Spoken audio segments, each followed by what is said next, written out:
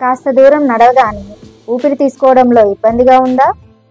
Phone మాట్లాడుకుంటూ నడిచినా లేదా ఊరికే 4 అడుగులు వేసినా ఊపిరి తీసుకోవడంలో కాస్త ఇబ్బందిగా ఫీల్ అవుతున్నారా? ఈ మధ్య చాలా మంది ఇలా కాస్త నడిస్తేనే ఉక్కిరి బిక్కిరి అవుతున్నారు. దీనికి కారణం గుండె సమస్య లేదా ఊపిరితిత్తుల సమస్య, లేక బాడీలో ఫ్యాట్ ఎక్కువైపోతుందనో ఇలా మీరే ఏదో ఒకటి అనుకొని లైఫ్ తీసుకుంటున్నారు. కానీ ఊపిరి ఆడడం లేదంటే దీనికి కారణాలు చాలా ఉన్నాయి. మన శరీరంలో పీల్చుకోవడానికి తగినంత గాలి లేనప్పుడు శ్వాస తీసుకోవడంలో ఇబ్బంది ఏర్పడుతుంది. ఇలాంటి సమయాల్లో మనం వేగంగా లోతుగా గాలి పీల్చుకుంటాం. సాధారణ వ్యాయామ సమయంలో మెట్లు ఎక్కేటప్పుడు లేదా గ్రౌండ్లో నడుస్తున్నప్పుడు కూడా ఇలాంటి ఇబ్బంది వస్తుంది.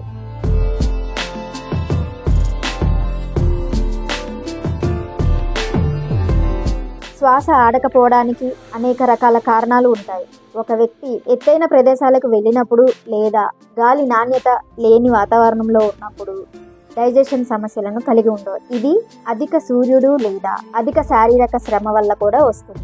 ఆస్తమా, ఎలర్జీలు, గుండె జబ్బులు, న్యూమోనియా, ఊబకాయం, క్షయ కూడా గ్యాస్ట్రైటిస్కు కారణం కావచ్చు. కరోనా ఇన్ఫెక్షన్ కారణంగా ఇటీవల డైజెషన్కి సంబంధించిన సమస్యలు చాలా మందిలో చాలా అధికంగా ఉన్నాయి.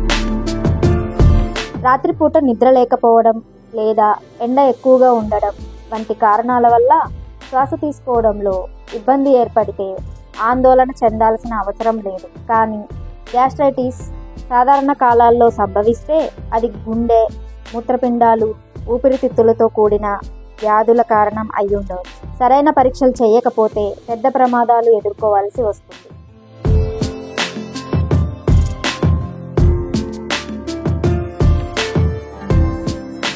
రాత్రిపూట నిద్ర లేకపోవడం లేదా ఎండ ఎక్కువగా ఉండడం వంటి కారణాల వల్ల శ్వాస తీసుకోవడంలో ఇబ్బంది ఏర్పడితే ఆందోళన చెందాల్సిన అవసరం లేదు.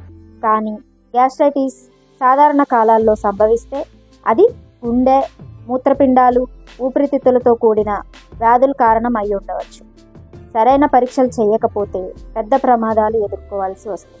కారణం లేకుండా ఊపిరి తీసుకోవడంలో ఇబ్బందులు వస్తున్నాయంటే వైద్యులను సంప్రదించడం ఉత్తమం. మొదట ఊపిరితిత్తుల పరీక్షలు చేస్తారు. దీన్ని బట్టి కారణాలు తెలుసుకోవచ్చు. అయితే ఈ సమస్య ఉన్న వారికి స్మోకింగ్ అలవాటు ఉంటే ఇక తగ్గించడం ఉత్తమం. లేదంటే ఇంకా సమస్య పెద్దదవుతుంది. ఈ వీడియో కనుక మీకు నచ్చినట్లయితే please like, share, subscribe our YouTube channel.